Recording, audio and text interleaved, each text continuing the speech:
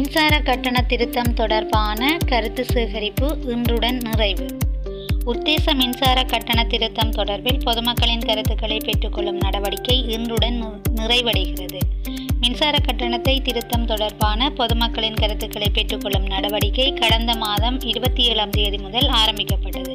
குறித்த நடவடிக்கை அனைத்து மாவட்டங்களையும் உள்ளடக்கி முன்னெடுக்கப்பட்டது. இதற்கமைய உத்தேச மின்சார கட்டண திருத்தம் தொடர்பில் மேல் மாகாண பொதுமக்களின் கருத்துக்களை பெற்றுக்கொள்ளும் நடவடிக்கை பண்டாரநாயக்க ஞாபகார்த்த சர்வதேச மாநாட்டு மண்டபத்தில் இன்று இடம்பெற உள்ளது. இந்நிலையில் மின்சார கட்டண திருத்தம் தொடர்பிலான இறுதி தீர்மானம் எதிர்வரும் 17ஆம் தேதி அறிவிக்கப்படும் என பொது பயன்பாடுகள் ஆணைக்குழு தெரிவித்துள்ளது.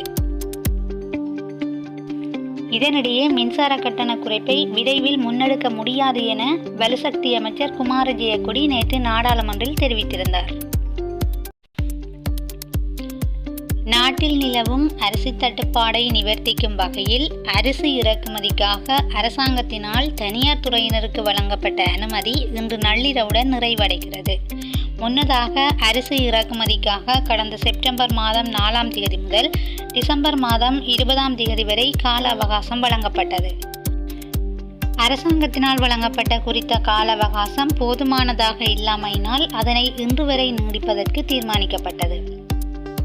இதன்படி இன்றைய தினத்துக்கு பின்னர் தனியார் துறையினரால் இறக்குமதி செய்யப்படும் அரிசி மீள அனுப்பப்படும் என வர்த்தக மற்றும் உணவு பாதுகாப்பு அமைச்சு அறிவித்துள்ளது. இதனிடையே இலங்கை சுங்கத்துக்கு கிடைக்கப்பெற்றுள்ள அனைத்து அரிசி கையிருப்புகளும் இன்றைய தினத்துக்குள் விடுவிக்கப்படும் என சுங்க ஊடக பேச்சாளர் சீவலி அருக்கொடு தெரிவித்துள்ளார்.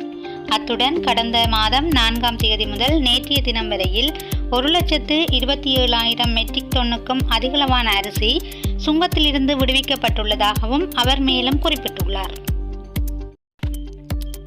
ஐக்கிய தேசிய கட்சியின் பொதுச் செயலாளராக முன்னாள் நாடாளுமன்ற உறுப்பினர் தலதா அத்துக்கோரள இன்று 10ஆம் தேதி தமது கடமைகளை பொறுப்பேற்றார்.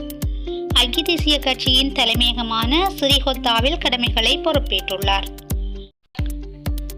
ஸ்டேலில் விவசாய தொழில் துறைக்காக சென்றுள்ள இலங்கையர்கள் முகங்கொடுக்கும் பிரச்சினைகள் தொடர்பில் கலந்துரையாடுவதற்காக அந்நாட்டு சனத்தொகை குடிவரவு மற்றும் எல்லை தொடர்பான அதிகார சபையின் பிரதிநிதிகள் அடுத்த வாரம் நாட்டுக்கு வருகை தரவுள்ளனர். ஸ்டேலில் உள்ள இலங்கை தூதுவர் நிமல் பண்டார இதனை தெரிவித்துள்ளார்.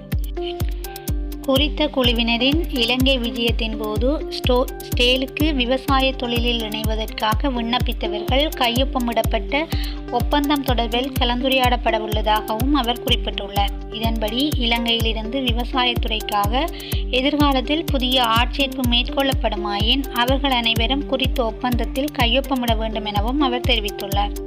தமிழ், சிங்கள மற்றும் ஆங்கிலம் ஆகிய மொழிகளில் தயாரிக்கப்பட்டுள்ள அந்த ஒப்பந்தத்தில் தொழில், பொறுப்பு, வேதனம் உள்ளிட்ட சகல விடயங்களும் அடங்குவதாக அவர் குறிப்பிட்டுள்ளார்.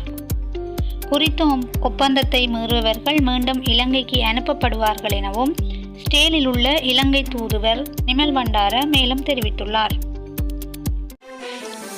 அமெரிக்காவில் லாஸ் ஏஞ்சல்ஸ் பகுதியில் பரவி வரும் காட்டுத்தீயினால் உயிரிழந்தவர்களின் எண்ணிக்கை 10ஆக அதிகரித்துள்ளது. இந்த நிலையில் உயிரிழப்புகள் மேலும் அதிகரிக்கக்கூடும் என அந்நாட்டு அதிகாரிகள் அச்சம் வெளியிட்டுள்ளனர்.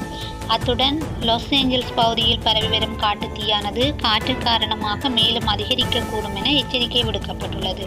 இதனிடையே குறித்த பகுதியில் குடிநீருக்கான தட்டுப்பாடு நிலவுவதாகவும் சர்வதேச ஊடகங்கள் தெரிவிக்கின்றன. காட்டுத்தீ காரணமாக லாஸ் ஏஞ்சல் பகுதியை விட்டு பெருமளவானவர்கள் வெளியேறியுள்ள நிலையில் அங்கு திருட்டு சம்பவங்கள் அதிகரித்துள்ளதாகவும் அந்நாட்டு பாதுகாப்பு தரப்பு தெரிவித்துள்ளது. இதன்படி காட்டுத்தீயின் போது திருட்டு சம்பவங்களில் ஈடுபட்ட குற்றச்சாட்டில் சுமார் 20 பேர் கைது செய்யப்பட்டுள்ளதுடன் சில பகுதிகளில் ஊரடங்கு உத்தரவை பிறப்பிப்பதற்கும் அமெரிக்க அரசாங்கம் திட்டமிட்டுள்ளது. 90 வகையான மருந்துகளின் விலைகளை குறைப்பதற்கு ஔடதங்கள் ஒழுங்குபடுத்தல் அதிகார சபை திட்டமிட்டுள்ளது. இதற்காக சில மருந்து நிறுவனங்கள் மாவட்ட நீதிமன்றத்தில் தொடர்ந்துள்ள வழக்குகளிற்கு இடையூறு ஏற்பட்டுள்ளதாகவும் அதிகார சபையின் உயரதிகாரி ஒருவர் தெரிவித்துள்ளார். அதற்கமைய நகர்த்தல் பத்திரம் ஊடாக விடயங்களை முன்வைக்க உள்ளதாக அவர் கூறினார். அதன் பின்னர் மருந்துகளின் விலைகளை குறைக்கும் நடவடிக்கையை விரைவில் முன்னெடுக்க உள்ளதாக ஔடதங்கள் ஒழுங்குபடுத்தல் அதிகார சபையின் உயர் அதிகாரி மேலும் தெரிவித்தார்.